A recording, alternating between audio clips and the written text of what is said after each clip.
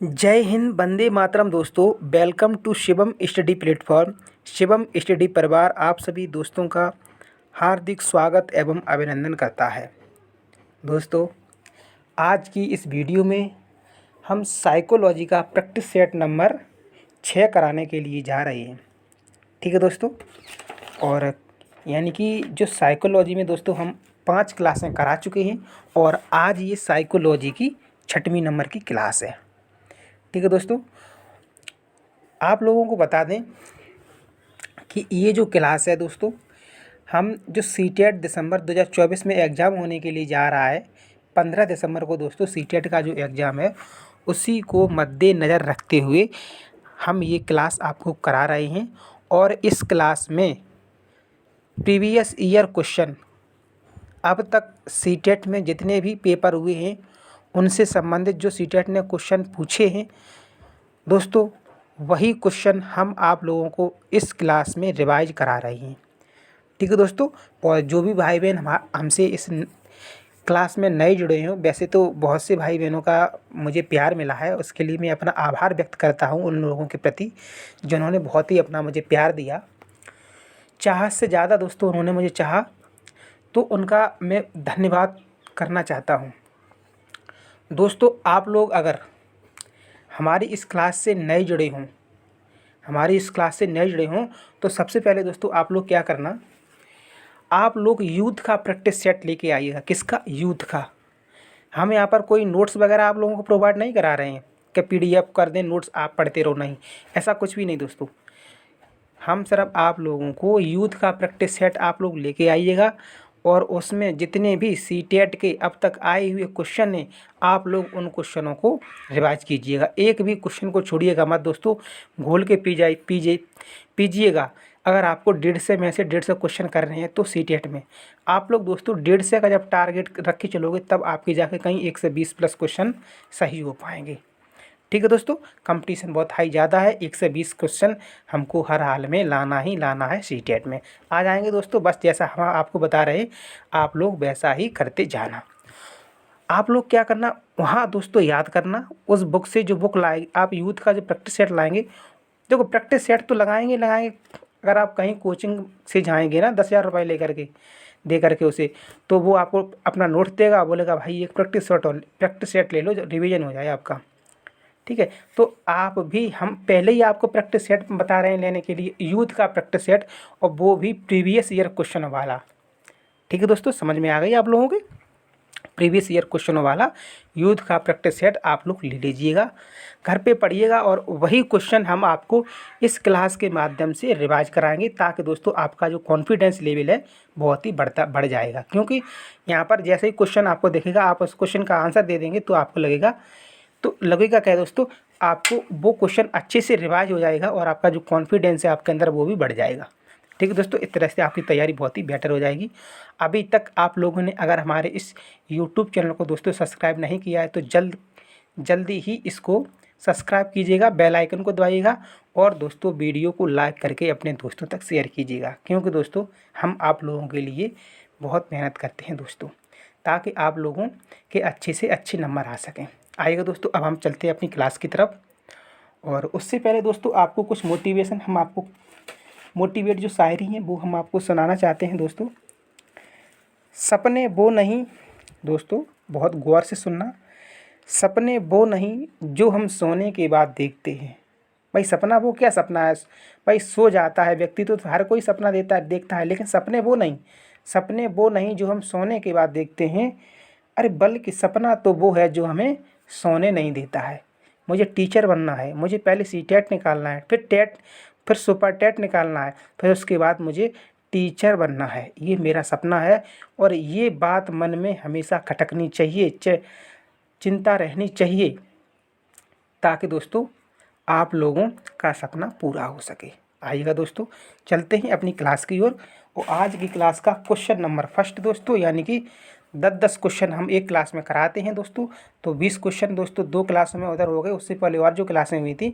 तो दोस्तों आज की क्लास में दोस्तों 10 क्वेश्चन है, 21 से लेकर के 30 नंबर तक क्वेश्चन। ठीक है, तो 21 नंबर क्वेश्चन दोस्तों हम एकदम ऐसा नहीं कि बीच बीच में पढ़ाई, नहीं दोस्तों, क्रम से चल रहे हैं हम।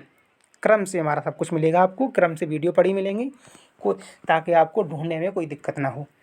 तो क्वेश्चन नंबर 21 क्या कह रहा है, परिवार एवं पास पड़ोस बच्चों के समाजीकरण की, ठीक, परिवार एवं पास पड़ोस बच्चों के समाजीकरण की डैश। अब दोस्तों इसके आंसर हैं ऑप्शन ए प्राथमिक एजेंसियां, बी मध्य एजेंसियां, सी द्वितीयक एजेंसियां और डी मनोवैज्ञानिक एजेंसियां। दोस्तों ये जो क्वेश्चन है बेहद इम्पोर्टेंट क्वेश्चन है, बेहद इम्पोर्टेंट, ठीक है।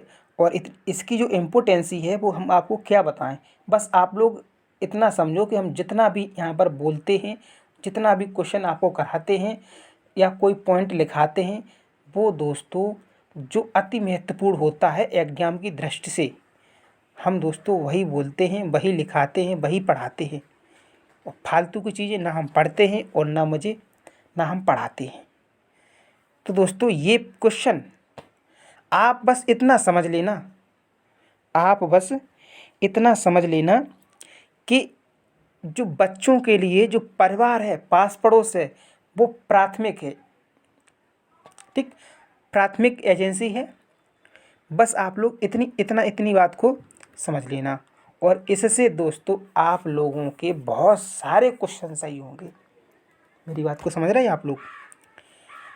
तो हमारा इसका आंसर ए ऑप्शन सही हो जाएगा कि परिवार एवं पास पड़ोस बच्चों के जो समाजीकरण है दोस्तों उसकी प्राथमिक एजेंसियां हैं। कुछ डिटेल में चाहे तो बात करना चाहते हैं दोस्तों आप लोगों से इसके बारे में। परिवार एवं पास पड़ोस बच्चों के समाजीकरण की प्राथमिक एजेंसियां हैं, बिल्कुल बात सही है। बालक जन्म के बाद परिवार के ज़्यादा से ज़्यादा सदस्यों के संपर्क में आता है, बिल्कुल बात सही है। भाई बच्चा है जब जन्म लेगा उसके बाद जब बड़ा होगा धीरे धीरे तो किसके संपर्क में ज़्यादा रहता है, अपने परिवार वालों के संपर्क में क्या या स्कूल वालों के? नहीं, स्कूल वालों के बाद में रहेगा। और घर के बाहर जो जब समाज में भी जाएगा तो भी बाद में जाएगा जब बड़ा हो जाएगा। उससे पहले भाई अपनी मम्मी पापा भाई बहन और जो भी होता है दादा दादी उन्हीं के संपर्क में तो रहता है। तो वही बात यहाँ पर हो रही है। और उनके क्रियाकलापों तथा व्यवहार के तरीकों से उनके विविध स्वरूपों जैसे क्रोध करना, चिल्लाना, हंसना, हाथ भुजा पैर आदि हिलाने की जो अनुक्रियाएं का अनुकरण करता है, इस प्रकार की विशेष भाव भंगिमाओं में उसे परिवार के लोगों से घुलने मिलने तथा उनसे स्वयं को जोड़ने में सहायता मिलती है। इसी प्रकार वह स्थान तथा गांव जहां बच्चा बड़ा होता है उससे उसका पास पड़ोस बनता है। भाई अब बच्चा थोड़ा बड़ा हो गया, अब वो बाहर निकलेगा अपने साथियों के साथ जाएगा, अब जो उसके हम उम्र के होंगे उनके साथ वो घूमेगा फिरेगा। तो दोस्तों फिर अब क्या, अब वो समाज में घूमने फिरने लगा, ठीक है। तो उनका यानी कि उसका जो पास पड़ोस है वो बनता है। पास पड़ोस की जो भौतिक तथा सामाजिक वातावरण में उसका समाजीकरण होता है, ठीक है। तो प्राथमिक एजेंसी परिवार, द्वितीयक दोस्तों स्कूल अंतर विद्यालय आ जाता है। आइएगा दोस्तों नेक्स्ट क्वेश्चन पे आते हैं।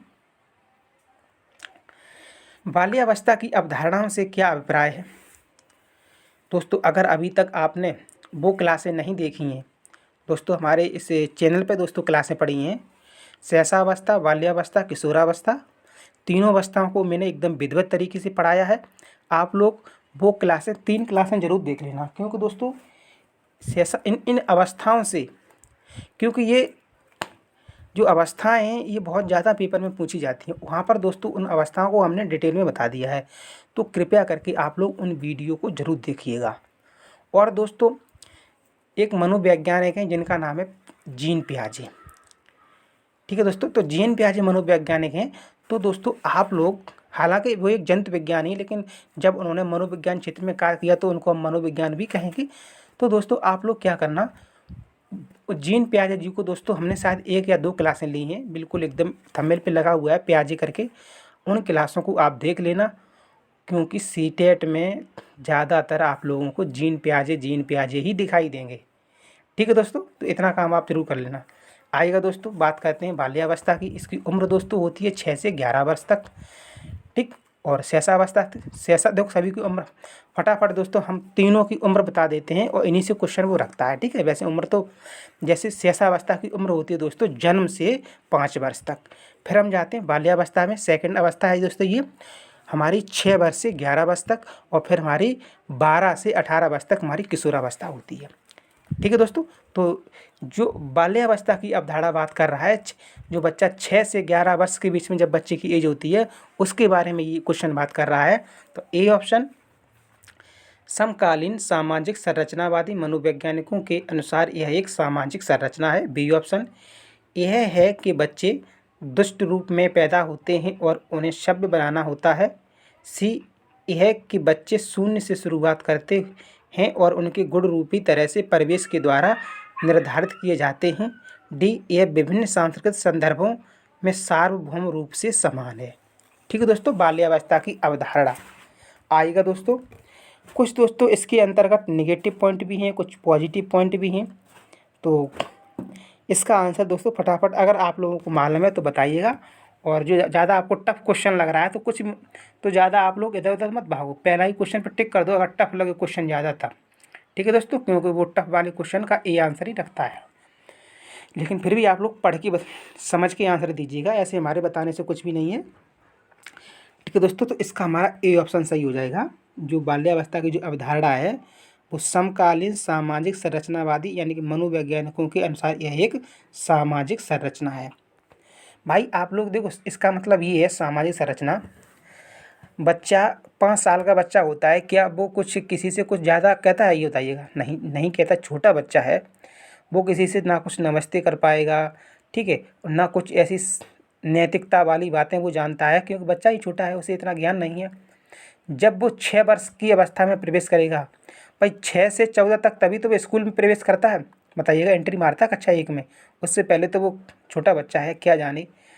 तो जब वो 6 वर्ष का हो जाता है, बड़ा हो जाता है, तो वो थोड़ा सामाजिक संपर्क में आने लगता है। सामाजिक संपर्क में आने लगता है, अपने बड़ों से नमस्ते करना, ठीक है। तो ऐसी चीज़ें कुछ होती हैं, सभ्यता से बात करना, यानी कि सामाजिक चीज़ें वो ठीक है, अपने जो त्यौहार हैं, तौर तरीके हैं, जो भी आते हैं तो वो सीखने लगता है, यानी कि समाज की चीज़ें सीखने लगता है। तो भाई हमारा आंसर कह रहा है कि समकालीन, यानी कि इस अवस्था के जो समकालीन मतलब उसी के टाइम की बात कर रहा है, बाल्यावस्था के काल। सामाजिक संरचनावादी यानी कि जो समाज की वो संरचना करता है, मनोवैज्ञानिकों के अनुसार यह एक सामाजिक संरचना। जो मनोवैज्ञानिक हैं वो कह रहे हैं कि मध्य बाल्यावस्था है, ये एक सामाजिक संरचना है। बिल्कुल बात सही है। ठीक है, अब दोस्तों बी ऑप्शन देख लेते हैं।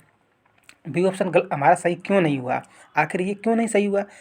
तो यह है कि बच्चे दुष्ट रूप में पैदा होते हैं। भाई यही ऑप्शन कितना नेगेटिव ऑप्शन है। क्या कोई बच्चा दुष्ट रूप में पैदा होता है? नहीं होता भाई। देखो, बच्चा एक कोरे कागज के समान है। बच्चा एक कोरे कागज के समान है, ठीक है।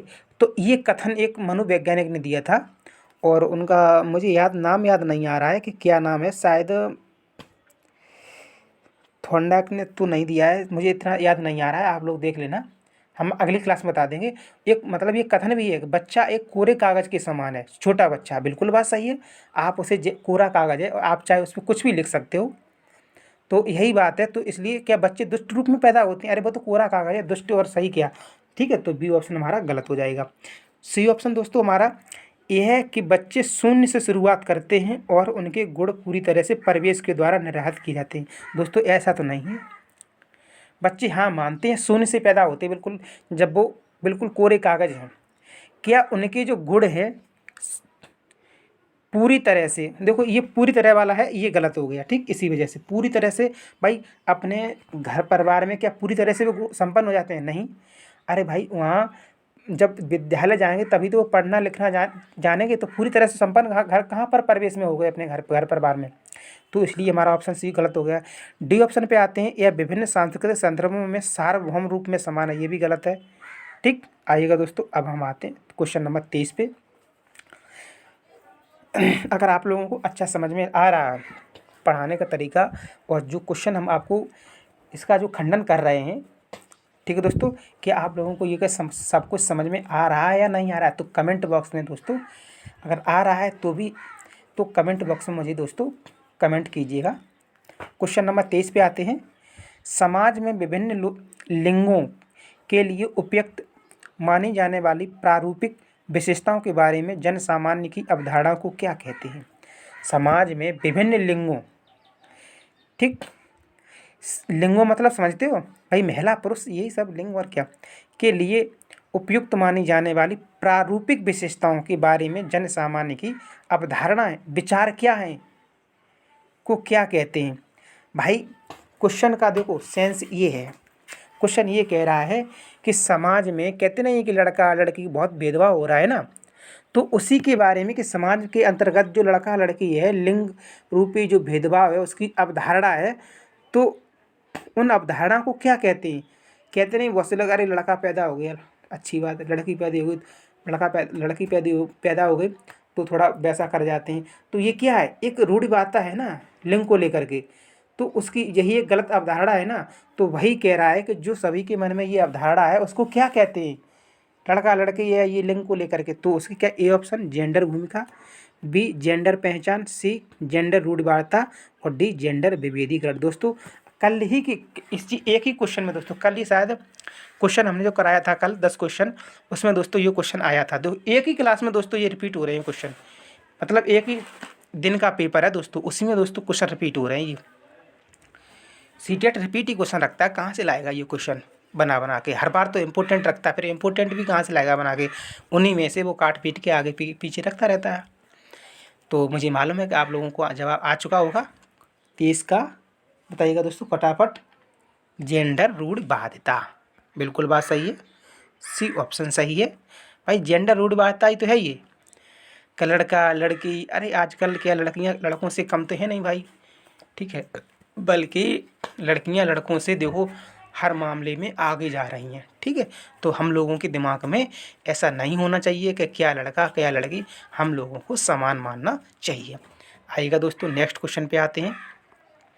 क्वेश्चन नंबर 24, हाल ही में पाठ्य चर्चा में ऐसी कहानियों को शामिल करने के लिए विवेकशील प्रयास किया गया है जिससे पिता घर के कार्यों में लगा रहता है और माता साहसी गतिविधियों को करती है, यह कदम किस लिए महत्वपूर्ण है? दोस्तों आइएगा, आप लोगों ने अगर क्वेश्चन समझ लिया होगा तो जो अभी 2 मिनट पहले, 1 मिनट पहले, 2 मिनट तो बहुत हो गए, 1 मिनट पहले जो हम जेंडर रूढ़िवादिता की बात कर रहे थे दोस्तों, वही क्वेश्चन आ गया। मैंने दोस्तों पहले ही कहा था कि सीटेट वाला घुमा फिरा के वही क्वेश्चन रखता रहता है। बस आप लोग एक हेडलाइन याद कर लो, जेंडर रूढ़िवादिता मतलब महिला और पुरुष में अंतर और भेदभाव बहुत हो रहा है, इतनी सी बात दिमाग में रख लो। अब क्वेश्चन आपके सामने आ जाए, फटाक से आके क्वेश्चन हो जाएंगे, ठीक है। सीटेट वाला कभी ये नहीं कहता है कि आप बैठ के जो आपको जो नोट्स, हम क्यों मना कर रहे हैं कि नोट्स आप मतलब नोट्स मत पढ़िएगा, क्योंकि वो नहीं कहता कि आप याद करके आओ, और वो ये भी कहता है कि अगर आप याद करके आओगे तो हम वहाँ से पूछेंगे नहीं, अगर आप याद करके आओगे तो हम वहाँ से पूछेंगे नहीं। तो इसलिए वो नहीं कहता कि आप याद करके आओ, वो कहता है आप बस क्वेश्चनों को समझ के आओ, क्वेश्चन और आंसर को समझ के आओ, ठीक है। तो एक बात दोस्तों फटाफट, हाल ही पाठ्य चर्चा में ऐसी कहानियों को शामिल करने के लिए विवेकशील प्रयास किया गया है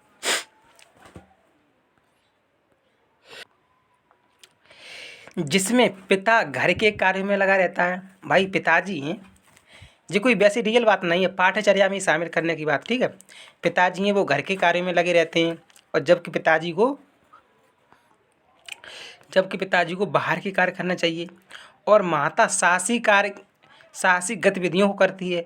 भाई माता और पिता, हालांकि ऐसी बात नहीं कि लेडी साहसी कार्य नहीं कर सकती, बिल्कुल कर सकती हैं, तो गतिविधियों करती हैं। यह कदम किस लिए महत्वपूर्ण है? क्योंकि यह जेंडर रूढ़िवादिता को समाप्त करता है, बी यह जेंडर स्थिरता को प्रोत्साहित करता है, और सी यह जेंडर विभेदीकरण को बढ़ाता है, यह जेंडर पक्षपात को सशक्त बनाता है। ठीक है दोस्तों, फटाफट दोस्तों मुझे क्वेश्चन नंबर 24 का आंसर दीजिएगा। बहुत ही सरल क्वेश्चन है और आंसर हम पहले ही बता चुके हैं आपको, ठीक है। तो यह जेंडर रूढ़िवादिता को समाप्त करता है। क्योंकि पिताजी हैं वो घर का भी काम कर सकते हैं, खाना पीना बना सकते हैं, और माताजी हैं वो खेत में जा सकती हैं, साहसी कार्य कर सकती हैं। यानी कि पुरुष भी कुछ कर सकता है, ऐसा नहीं कि महिला ही सब कुछ कर सकती हैं। पुरुष भी सब कुछ कर सकता है और महिला भी सब कुछ कर सकती है। ठीक है, कहने का मतलब ऐसा नहीं है कि अरे जी महिला है तो घर में खाना ही बनाना जानेगी, बाहर का काम कुछ भी नहीं, ऐसा नहीं। तो ये जेंडर रूढ़ वार्ता हो गई। लेकिन ये क्वेश्चन कह रहा है कि महिला साहसी गतिविधि कर सकती है, पुरुष भी खाना बना सकता है घर में। तो ये हमारा जो जेंडर रूढ़ वार्ता है उसको समाप्त करता है। ठीक, आइएगा नेक्स्ट क्वेश्चन पे आते हैं। Question number 25। दोस्तों फटाफट अगर आप लोगों को एक आंसर क्वेश्चन कहता हूँ मैं। अंतर्राष्ट्रीय महिला दिवस कब मनाया जाता है? अंतर्राष्ट्रीय महिला दिवस और पुरुष दिवस कब मनाया जाता है? आप लोग कमेंट बॉक्स में ये आंसर दीजिएगा, क्योंकि दोस्तों ये दोनों इम्पोर्टेंट हैं, इस वजह से मैंने आप लोगों से पूछा। आइएगा दोस्तों क्वेश्चन नंबर 25। बायोगास्की के अनुसार जब एक वयस्क बच्चे के निष्पादन के वर्तमान स्तर को सहयोग द्वारा विस्तारित करता है तो इसे क्या कहते हैं? ठीक है, बायोगास्की के अनुसार जब एक वयस्क बच्चे के निष्पादन के वर्तमान स्तर को सहयोग द्वारा विस्तारित करता है तो उसे क्या कहते हैं? ए समीपस्थ विकास का क्षेत्र, बी पाड़ या ढांचा, सी अंत्य व्यक्त निष्ठता, और डी खोजपूर्ण अधिगम। दोस्तों ये लगभग तीसरी बार ये क्वेश्चन रिपीट होके आया है, तीसरी बार क्वेश्चन हम बता रहे, और ये बहुत ही इम्पोर्टेंट है। और अगर आप लोग लगातार हमारी क्लास देख रहे हैं तो दोस्तों इसके बारे में हमने आपको बहुत देर तक समझाया था। मैंने कहा था ना, अगर बच्चा कोई किसी भी कार्य में कठिनाई महसूस कर रहा है तो आप लोग जो टीचर उसकी हेल्प कर देगा उसको कार्य करने में। भाई कोई कार्य कर रहा है पढ़ने लिखने का किसी से संबंधित स्कूल में, तो टीचर जब उसकी हेल्प करता है तो दोस्तों उसे हम पाठ या ढांचा बोलते हैं। तो वही तो क्वेश्चन कह रहा है इसमें। ठीक है, तो दोस्तों बस अब मैं तो आंसर ही पहले बता चुका, मुझे आंसर नहीं बताना चाहिए। तो दोस्तों इसका ये पाड़ या ढांचा ये हमारा जो इसके फोल्डिंग होता है, जिसे हम इसके फोल्डिंग कहते हैं। दोस्तों यहाँ पर जगह नहीं ना, फिगर बना के आप लोगों को दिखाते हैं। चलो कोई दिक्कत नहीं, आप पाड़ या ढांचा याद रखना। तो वही है कि बायोगास्की के अनुसार जब एक वयस्क मतलब समझते हो, बड़ा आदमी बच्चे के निष्पादन के वर्तमान स्तर को, भाई बच्चा है छोटा है, उसकी वर्तमान स्तर मतलब भाई उसको कोई समस्या में ग्रसित है उसी टाइम, तो आप वर्तमान स्तर को सहयोग द्वारा, वर्तमान स्तर कोई समस्या है तो सहयोग द्वारा विस्तारित करता है। निष्पादन मतलब समझते हो, उसकी समस्या का निदान। ठीक है, जो बच्चे की समस्या है तो उसका निदान करके दोस्तों, और उसके सहयोग द्वारा उसका जो कार्य है वो संपन्न करा देते हैं। तो उसे क्या कहते हैं? उसे पाड़ या ढांचा कहते हैं। आप लोग देखो क्वेश्चन तो आप समझ रहे हैं, मैंने बोला ना वो घुमा फिरा के पूछता है। देखो पाड़ वाली बात, और अगले क्वेश्चन में यही आया था कि यदि कोई बच्चा कठिनाई महसूस कर रहा है किसी कार्य में, यदि आप उसकी सहायता करेंगे तो ये क्या कहलाएगा? पाड़ या ढांचा कहलाएगा। अब देखो इसमें थोड़ा दोस्तों, इसमें एक मनोवैज्ञानिक का नाम जोड़ दिया गया है, और फिर भी ऑप्शन वही रखे गए हैं। ठीक है दोस्तों, आप लोग मुझ पे भरोसा कीजिएगा। आपने ये शिवम स्टडी प्लेटफॉर्म एक सही अच्छा प्लेटफॉर्म पकड़ा है दोस्तों, एक विश्वसनीय प्लेटफॉर्म पकड़ा है दोस्तों। हम आप लोगों का भरोसा टूटने नहीं देंगे। ठीक है, भले ही कोचिंग इतनी बड़ी नहीं है, लेकिन दोस्तों यहाँ जितना भी हम बताएंगे, यहाँ वो हिसाब नहीं है कि ऊंचे दुकान के फीके पकवान, नहीं। दुकान कैसी भी है लेकिन आपको सब कुछ वो यहाँ बताया जाएगा जो एग्ज़ाम के लिए बेहद इम्पोर्टेंट है। और दोस्तों आपको लग रहा होगा कि जैसे जैसे अगर देखो आप यूथ का प्रैक्टिस सेट लेके आएंगे, अगर आ गए होंगे तो आप लोग देख रहे होंगे वहाँ पर कि जो जैसा हमने बताया दोस्तों, वैसा ही क्वेश्चन कितने रिपीट हो रहे हैं बताइएगा। अरे क्लास में भी आप देख लो ना, हम तो बता देते हैं ये क्वेश्चन रिपीट हो रहा है, बस थोड़ा बहुत ये उधर आगे पीछे कर देते हैं और क्वेश्चन वही रहता है। ठीक है दोस्तों, तो अब चलते हैं हम अपने नेक्स्ट क्वेश्चन की तरफ। क्या है हमारा नेक्स्ट क्वेश्चन? आइएगा क्वेश्चन नंबर, सॉरी दोस्तों थोड़ा जुकाम हो गया मुझे। हमारा 26, 26 ये नंबर है। ठीक है दोस्तों, अब आइएगा क्वेश्चन नंबर 26 क्या कह रहा है मेरा।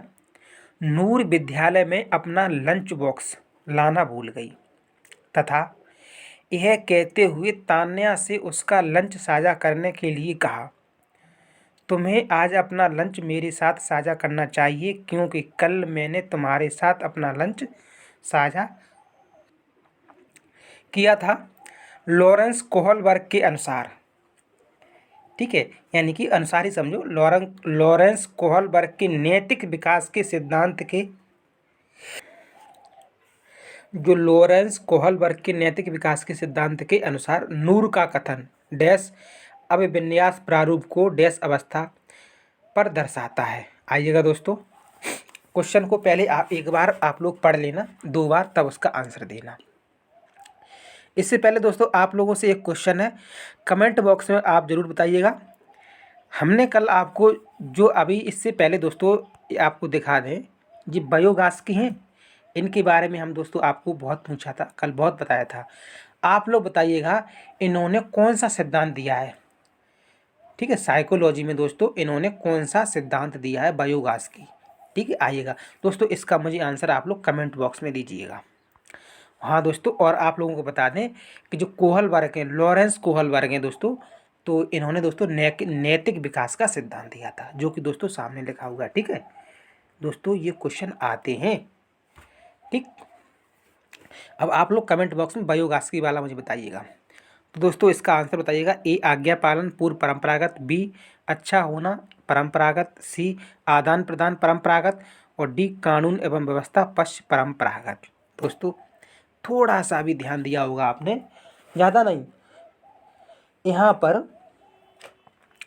थोड़ी सी ध्यान देने की ज़रूरत है। और क्वेश्चन भले ही पढ़ने में इतना लंबा चौड़ा है, लेकिन आंसर उसका, भाई आप लोग भी तो समझ सकते हो।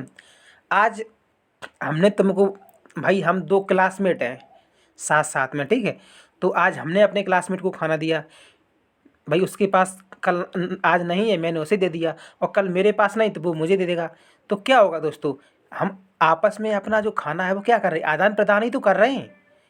बताइएगा दोस्तों, इसमें कुछ कौन सी, इसमें कोई बड़ा रॉकेट साइंस है क्या?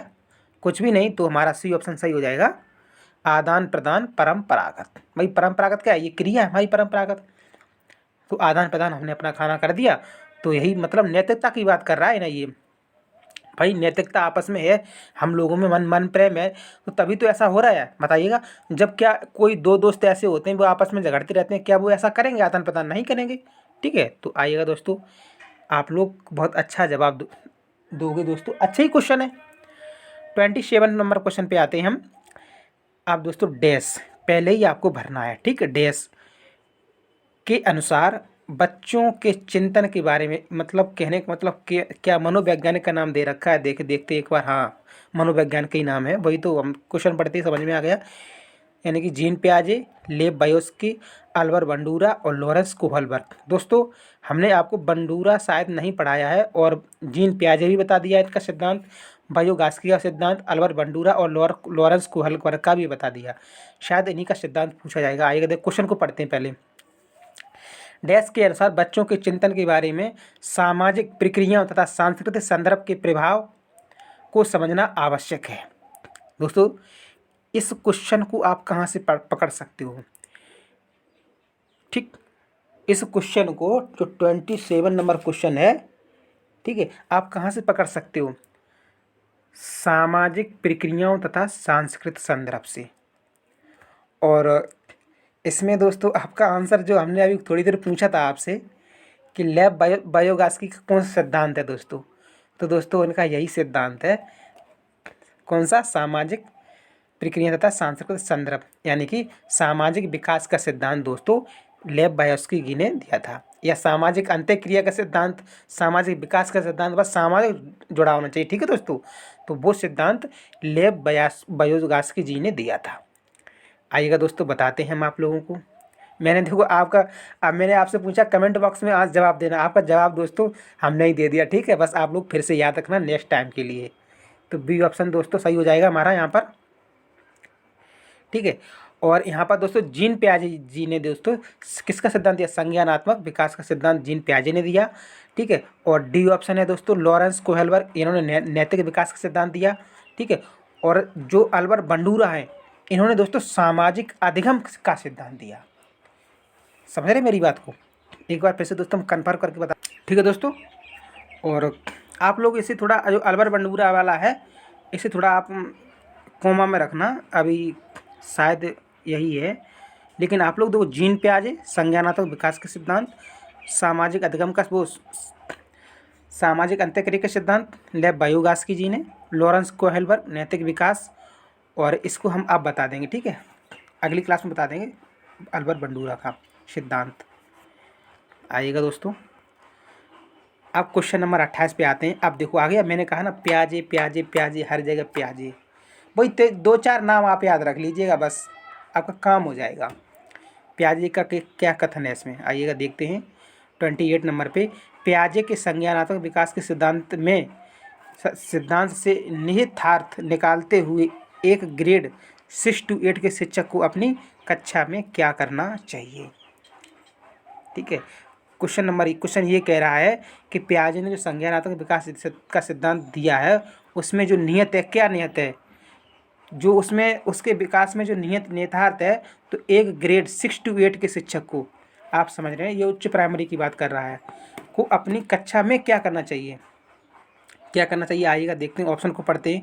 कभी कभी क्या होता है, अगर क्वेश्चन समझ में ना आए, ऑप्शन आपके समझ में आ जाते हैं, आपको ये लगता है हाँ ये नेगेटिव है ये पॉजिटिव है यही इसका आंसर हो सकता है, तो आंसर हो सकता नहीं, वही आंसर होता है। ठीक है, ए ऑप्शन, ऐसी समस्याएं प्रस्तुत करनी चाहिए जिसमें तर्क आधारित समाधान की आवश्यकता होती हो। बी, एक अवधारणा को पढ़ाने के लिए केवल मूर्त सामग्रियों का प्रयोग करना चाहिए, एक अवधारणा को पढ़ाने के लिए केवल मूर्त सामग्रियों का प्रयोग करना चाहिए। सी, केवल निर्धारित पाठ्यक्रम पर निर्भर रहना चाहिए। डी, तार्किक बहस के प्रयोग को हतोत्साहित करना चाहिए। दोस्तों ये जो क्वेश्चन है क्वेश्चन नंबर 28, हाँ क्वेश्चन नंबर 28 दोस्तों, अगर आप लोग अगर नेगेटिव को भी आप हटा दोगे ना तो भी दोस्तों आप देखो एग्जामिनर क्या करता है, अगर क्वेश्चन थोड़ा टफ रख दिया ना तो वो ऑप्शन को सरल रख देता है, बस आपको आपकी पकड़ होनी चाहिए ऑप्शन में, और हम आपको बता रहे हैं बस नेगेटिव पॉइंट को हटा दो पॉजिटिव को रखो। आइएगा दोस्तों, कौन कौन से कुछ शब्द ऐसे होते हैं हालांकि उनमें नहीं होता लेकिन फिर भी वो नेगेटिव पॉइंट में जाते हैं, आप भी जानते हो। तो आइएगा दोस्तों, ए ऑप्शन हम पढ़ते हैं, पहले नीचे से चलते हैं नीचे से। ठीक, अब डी, तार्किक बहस के प्रयोग को हतोत्साहित करना चाहिए। भाई बच्चा तर्क कर रहा है, क्या कह रहे आपस में वो करना चाहिए, जो बच्चे तर्क कर रहे हैं क्या उनको हतोत्साहित करना चाहिए, यानी कि तर्क करने से रोकना चाहिए, नहीं। तो दोस्तों ये ऑप्शन हमारा गलत हो जाएगा। केवल निर्धारित पाठ्यक्रम पर निर्भर रहना चाहिए। भाई जो पाठ्यक्रम है निर्धारित का उसी पे रहना चाहिए, और वो भी केवल आगे लगा दिया। केवल से अगर किसी भी शब्द के आगे लग जाता है तो उस शब्द की जो क्षमता होती है उसका जो विस्तार होता है वो वहीं पर सिमट के रह जाता है, सिकुड़ के रह जाता है। ठीक है, तो दोस्तों हमको ये सी ऑप्शन हमारा गलत है। अब बी पे जाते हैं, एक अवधारणा को पढ़ाने के लिए केवल मूर्त सामग्रियों का प्रयोग करना चाहिए। नहीं भाई, मूर्त भी हो अमूर्त भी हो, क्या कह रहे हैं हम, दोनों तो करना चाहिए। और फिर ये केवल आ गया तो ये सबसे बेकार चीज़ है केवल। अब दोस्तों बचा हमारा ए, आंसर हमारा सही निकल के आ गया कि नहीं आ गया बताओ। भले ही आप लोग ऊपर का नहीं समझ पा रहे कोई बात नहीं। तो ऐसी समस्याएं प्रस्तुत करनी चाहिए जिसमें तर्क आधारित समाधान की आवश्यकता होती है। बच्चे के सामने ऐसी परिस्थितियां पैदा कर दो, समस्याएं प्रस्तुत करो कि वो आपस में तर्क करें और समस्या का समाधान करें, जिससे दोस्तों उनकी जो सोच है वो एक सृजनात्मक सोच का विकास होगा उनकी माइंड के अंतर्गत। अब आप सृजनात्मकता का मतलब समझते हैं, बता दिया हमने कई बार। सृजनात्मकता का मतलब यही होता है कि किसी भी परिस्थिति में कोई जब संकट आ जाए, कोई समस्या आ जाए बच्चे के सामने, तो वो एक नया विचार उत्पन्न करे अपने दिमाग में, एक नई न जाने कितने नए विचार उत्पन्न करे उस समस्या से निकलने के लिए। तो वो दोस्तों बच्चे की जो माइंड में जो बुद्धि आती है दोस्तों नई विचार करने की, कि ये समस्या है हमें इसे ऐसे हल कर लें, इसे ऐसे हल कर लें, तो वो सोचता है कि इसे ऐसे हल कर लें, ये ऐसे। दोस्तों वो सृजनात्मकता कहलाती है। दोस्तों जो ये पॉइंट जो हम बता रहे हैं ये बेहद इंपॉर्टेंट पॉइंट है, इन्हें आप लोग याद रखना। इन्हीं से आपके क्वेश्चनों का आंसर निकलता है। दोस्तों छोटी छोटी चीज़ों को याद करना, हम क्या बोल रहे हैं, छोटी चीज़ों को जब आप याद करोगे तभी दोस्तों आप बड़ी चीज़ तक पहुंच पाओगे। मेरी बात समझ रहे कि नहीं समझ समझ रहे हो? दोस्तों इसी के चलते दोस्तों एक सारी याद आ गई मुझे, जब छोटी छोटी बात आ रही है। तो दोस्तों देखो, हर बड़ी उपलब्धि, हर बड़ी उपलब्धि एक छोटे से कदम से शुरू होती है। कहाँ से? एक छोटे से कदम से शुरू होती है, बस उसे उठाने का आप में साहस होना चाहिए। ठीक है दोस्तों, तो आपने मन बनाया है सीटेट पास करने का, तो जैसे ही आपने अगर मन बनाया पढ़ने का कि मुझे पढ़ना ही पढ़ना है, यूथ का प्रैक्टिस सेट पढ़ना है और शिवम स्टडी क्लास से पूरी की पूरी उनकी सभी क्लासें देखनी है, ये मन बनाया आपने, तो दोस्तों आपने 50% अपना पेपर का काम पूरा कर लिया है। बचा हुआ 50% वो आपकी मेहनत है। दोस्तों आइएगा क्वेश्चन नंबर 29 आ गई। दोस्तों बहुत इम्पोर्टेंट ये मनोवैज्ञानिक आ गए, हार्वर्ड गार्डनर। ठीक है, इन्होंने दोस्तों बहुबुद्धि का सिद्धांत दिया है। तो आ गए हार्वर्ड गार्डनर के बहुबुद्धि सिद्धांत के अनुसार। आप लोग दोस्तों ये पॉइंट याद रखना, ठीक है, आगे काम आ सकता है कि जो बहुबुद्धि का सिद्धांत किसने दिया है, तो हार्वर्ड गार्डनर ने। ठीक, ये दोस्तों सुपर टेट में क्वेश्चन आया हुआ है जो दोस्तों ये 69,000 या 68,000 की भर्ती हुई थी, ये इसी में पूछा गया क्वेश्चन है। तार्किक गणित, हार्वर्ड गार्डन के बहुबुद्धि सिद्धांत के अनुसार तार्किक गणितीय बुद्धि वाले एक व्यक्ति की क्या विशेषताएं हो सकती हैं। ठीक है, तार्किक मतलब तर्क करता हुआ या गणितीय बुद्धि वाले व्यक्ति की क्या विशेषताएं हो सकती हैं, वो विशेषता पूछ रहा है। देखो उन बहुबुद्धि का मतलब यही होता है कि एक व्यक्ति में बहुत सारी मतलब समस्याओं को हल करने की उसके पास बुद्धि है कि नहीं है, तो वही हमारा बहुबुद्धि हो गया, और उसमें कोई रॉकेट साइंस तो है नहीं। तो उसकी क्या विशेषताएं हो सकती हैं? ए, दृश्य स्थानिक परिवेश को सटीक रूप से ग्रहण करने की योग्यता। बी, संगीतमय अभिव्यक्ति की आवाज़ के स्तर, ताल एवं सौंदर्यपरक गुणों को उत्पन्न करने एवं प्रशंसा करने की योग्यता। बी, पैटर्न को खोजने की एवं तर्क की लंबी श्रृंखला को हल करने की क्षमता और संवेदनशीलता। डी, ध्वनि, ताल तथा शब्दों के अर्थ के प्रति संवेदनशीलता। दोस्तों ऑप्शन थोड़ा टफ है, लेकिन आप एक दो बार पढ़ेंगे तो ये आपके समझ में आ जाएंगे। क्वेश्चन नंबर हमारा 29। ठीक है दोस्तों, तो ये हमारा इसमें सी ऑप्शन सही हो जाएगा। क्या? पैटर्न को खोजने एवं तर्क की लंबी श्रृंखला को हल करने की क्षमता और संवेदनशीलता। ठीक है, आएगा आज की क्वेश्चन का लास्ट क्वेश्चन वो क्लास का। और दोस्तों हम जो कहते हैं वो गलत नहीं कहते हैं। अभी इस शायद आपने जो 28 नंबर क्वेश्चन है आप लोगों को दिखा दें हम। देखो दोस्तों इसमें ये प्याजे जी लिखे हैं, प्याजे। अब देखो दोस्तों ये 30 नंबर क्वेश्चन है, एक ही शिफ्ट का पेपर है ये। ठीक दोस्तों, अब देखो यहाँ पर देखो जीन प्याजे जी आ गए, यहाँ पर बहुत इम्पोर्टेंट है दोस्तों, ये जीन प्याजे जी इम्पोर्टेंट है। तो दोस्तों इसलिए हमने आप लोगों से बोला है कि आप लोग हमने इनकी एक अलग से क्लास ले ली है, शायद 2 क्लासों में पूरा जीन प्याजे पढ़ा दिया हमने। ठीक है, तो आप लोग उन क्लासों को जरूर लीजिएगा। आप हमारे चैनल पर जाइएगा दोस्तों, वीडियो में वो क्लासें पढ़ी हैं, आप लोग वहाँ देख लेना, बेहद इम्पोर्टेंट है। यहाँ तो दोस्तों पूरा इनके बारे में हम नहीं पढ़ा सकते हैं, बस थोड़ा सिद्धांत बता दे रहे थोड़ा थोड़ा। दोस्तों आप वहाँ पर उनको पढ़िएगा, बेहद इंपॉर्टेंट है। कम से कम 3-4 क्वेश्चन यही दे के जाएंगे आपको, 4 नहीं बल्कि 5 क्वेश्चन 30। देखो कितने क्वेश्चन हम 150 नंबर में से दोस्तों 5 नंबर आपको ये पक्के हैं, और 30 क्वेश्चनों में से दोस्तों ये 5 नंबर आपके पक्के हैं।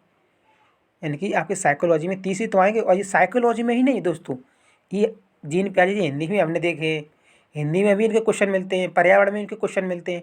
तो आप लोग जीन प्याजे को अच्छे से करिएगा। आइएगा दोस्तों क्वेश्चन की तरफ चलते हैं, क्या कहते हैं जीन प्याजे जी। बस आप लोग इतना याद रखना, संज्ञानात्मक विकास का सिद्धांत किसका है? जीन प्याजे का। सामाजिक अंत्यक्रिया का सिद्धांत कितना है? बायोगास्की का, लेब बायोगास्की का। ठीक है, और अल्बर बंडूरा का शायद सामाजिक अधिगमी है दोस्तों। बार बार मुझे यही याद आ रहा है, लेकिन कन्फर्म नहीं है, लेकिन फिर भी कल हम आपको कन्फर्म कर देंगे ठीक है। और बहुबुद्धि का सिद्धांत हार्वर्ड गार्डनर का सिद्धांत है। और एक दो लोग और देख लेते हैं फटाफट दोस्तों, आपको दोहरवा देते हैं हम आपको, ठीक है। और लॉरेंस कोहलबर्ग का सिद्धांत, नैतिक विकास का सिद्धांत। जी आप लोग याद रखना कैसे, जैसे जीन प्याजे आए तो आपके दिमाग में संज्ञानात्मक विकास का सिद्धांत आना चाहिए, ठीक है। और लेब बायोस्की आए, ठीक है, तो सामाजिक सांस्कृतिक का सिद्धांत या सामाजिक क्रिया का सिद्धांत लेब बायोस्की। अल्बर्ट बंडूरा सामाजिक अधिगम। दोस्तों ऐसे आप अभी कॉमा में रखो, ठीक। और डी ऑप्शन लॉरेंस कोहलबर्ग नैतिक विकास का सिद्धांत। तो दोस्तों आप लोग इन चीज़ों को याद, जितना मेरे साथ आप रिपीट करोगे ना तो दोस्तों उतना ही आपका कन्फर्म होगा एकदम अच्छे से। और यही 4-5 मनोवैज्ञानिक हैं जो सीटेट वाला ज़्यादा पूछता है, और बाकी की मनोवैज्ञान तो दोस्तों हमने तो बहुत सारों के बारे में पढ़ा है, ठीक है। लेकिन कोई बात नहीं, जो काम की चीज़ है दोस्तों हम आपको वही बता रहे हैं। फिर जैसे जैसे क्वेश्चनों में आते जाएंगे हम आपको उनके बारे में वैसे वैसे पढ़ाते जाएंगे। तो दोस्तों क्वेश्चन नंबर 30 दोस्तों, तो जीन पियाजे की संज्ञानात्मक विकास के सिद्धांत के अनुसार परिकल्पित निगमनात्मक तर्क किस अवधि में विकसित होता है। दोस्तों इन्होंने कितनी अवस्थाएं दी हैं, इन्होंने 4 अवस्थाएं दे दी हैं, ठीक है।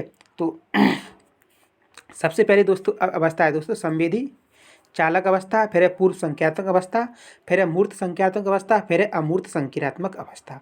ये 4 अवस्थाएं दोस्तों, ठीक है। जिस सबसे डी वाली है ये पहली अवस्था है इनकी, ठीक है, जीन प्याजे जी की।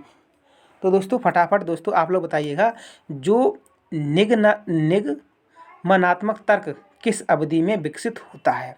अब आप समझ सकते हो दोस्तों किस मतलब अवधि में, टाइम में होगा। तो दोस्तों फटाफट आप लोग इसका मुझे आंसर बताइएगा, फिर ये क्वेश्चन हम आपको समझा देंगे, ठीक है, क्योंकि ये समझाने के लायक है इस वजह से, ठीक। तो तर्क करेगा तो इसका मतलब यही है कि बच्चा बड़ा हो चुका है। भाई छोटा बच्चा तो तर्क कर नहीं सकता है, जाहिर सी बात है ना। ये तर्क करेगा, निगमनात्मक तर्क करेगा, ठीक है, तो इसका मतलब बच्चा बड़ा हो चुका है और बच्चे को सामने जो वस्तुएं रखी हैं उनकी ज़रूरत नहीं है, वो अपने माइंड में भी इमेज वस्तुओं की बना सकता है। मूर्त और अमूर्त, अमूर्त का मतलब समझते हो, अमूर्त अमूर्त क्या मतलब है। देखो दोस्तों मूर्त मतलब वो चीज़ होती है जो हमको सामने कोई चीज़ दिखे, ठीक है, वो मूर्त है। और वो चीज़ न दिखे, वो चीज़ हम अपने माइंड में उसकी छप बना लें दोस्तों, वो हमारी अमूर्त कहलाती है, ठीक है। तो जो निगमनात्मक तर्क है दोस्तों वो अमूर्त अवस्था में होती है, यानी कि इसकी सबसे जो लास्ट स्टेज है। जीन प्याजे जी ने इन्होंने 4 सिद्धांत दिए, 4 अवस्थाएं बताई हैं। कौन कौन सी अवस्थाएं? नंबर 1 संवेदी अवस्था, दूसरी पूर्व संक्रियात्मक अवस्था, और तीसरी मूर्त संक्रियात्मक अवस्था, और चौथी अमूर्त संक्रियात्मक अवस्था। ये 4 अवस्थाएं इन्होंने दी हैं। तो आइएगा दोस्तों थोड़ा थोड़ा इनके बारे में बताएंगे फटाफट दोस्तों, क्योंकि 42 मिनट होने के लिए जा रहे हैं, हम बस 45 मिनट ही पढ़ाते हैं। देखो फटाफट दोस्तों सुनना, आप लोग ध्यान से सुनना। जीन पियाजे के संज्ञानात्मक विकास के सिद्धांत के अनुसार परिकल्पित निगमनात्मक तर्क अमूर्त संक्रियात्मक अवस्था में विकसित होता है। अमूर्त संक्रियात्मक अवस्था संज्ञानात्मक विकास की अंतिम अवस्था है, ठीक है, जो हमने अभी आपको बताया था, जो लगभग 11 से 15 वर्ष की आयु तक चलती है। कितने से? 11 से 15। बच्चा बड़ा हो जाता है इतने में दोस्तों, अमूर्त चीज़ों को वो सोचने लगता है। इस अवस्था के दौरान बालक अमूर्त बातों के संबंध में तार्किक चिंतन करने की योग्यता विकसित कर लेता है। ध्यातव्य है कि मूर्त वस्तुओं तथा सामग्री के स्थान पर शाब्दिक तथा सांकेतिक अभिव्यक्ति का प्रयोग तार्किक चिंतन में किया जाता है, ठीक है दोस्तों। आप लोग देखो, मेरा आप लोग कहना मानेंगे तो बस मैं यही रिक्वेस्ट करता हूँ आप लोगों से कि आप लोग देखो 2 क्लासें हैं, ज़्यादा क्लासें नहीं, मुझे शायद ध्यान है कि 2 क्लासों में दोस्तों हमने पूरे जीन प्याजे पढ़ा दिए। तो ये सारी अवस्थाएं जो हम आपको बता रहे हैं ये विधिवत, इनके अंतर्गत भी दोस्तों बहुत सारा कुछ है पढ़ने के लिए, ठीक है। तो आप लोग प्लीज़ दोस्तों वो क्लासें ज़रूर पढ़ लेना, जीन प्याजे की क्लासें और अवस्थाओं की क्लासें जो पढ़ी हैं वो पढ़ लेना, बस फिर आप लोगों को कोई दिक्कत नहीं होगी, ज़्यादा नहीं पढ़ने को है, बस 1-2 घंटे में हो जाएगा। तो दोस्तों आज की वीडियो में बस इतना ही, मिलते हैं नेक्स्ट वीडियो में। और दोस्तों अगर अभी तक आपने इस चैनल को सब्सक्राइब नहीं किया है तो प्लीज़ दोस्तों आप लोग, हम आप लोगों के लिए कितनी मेहनत करते हैं और आप लोगों को एक सही दिशा दे रहे हैं दोस्तों, ठीक है। सफलता तभी मिलती है, ज़्यादा मेहनत करने से सफलता नहीं मिलती है। मेहनत भी करो लेकिन ये भी देखो क्या हमारी मेहनत सही दिशा में हो रही है, क्या पेपर में जो एग्ज़ाम में जो पूछा जा रहा है कि हम वही पढ़ रहे हैं या और रामायण पढ़ रहे हैं, बताओ। तो दोस्तों सफलता तभी मिलती है जब हमको उसके सही दिशा में कार्य करना पड़ता है। ठीक है दोस्तों, तो आप लोग हमारी हम आपकी हेल्प कर रहे हैं, आप दोस्तों हमारे चैनल को सब्सक्राइब करिएगा, वीडियो को लाइक करके अपने दोस्तों तक शेयर कीजिएगा। ठीक है दोस्तों, तो love you guys, thank you for watching this video.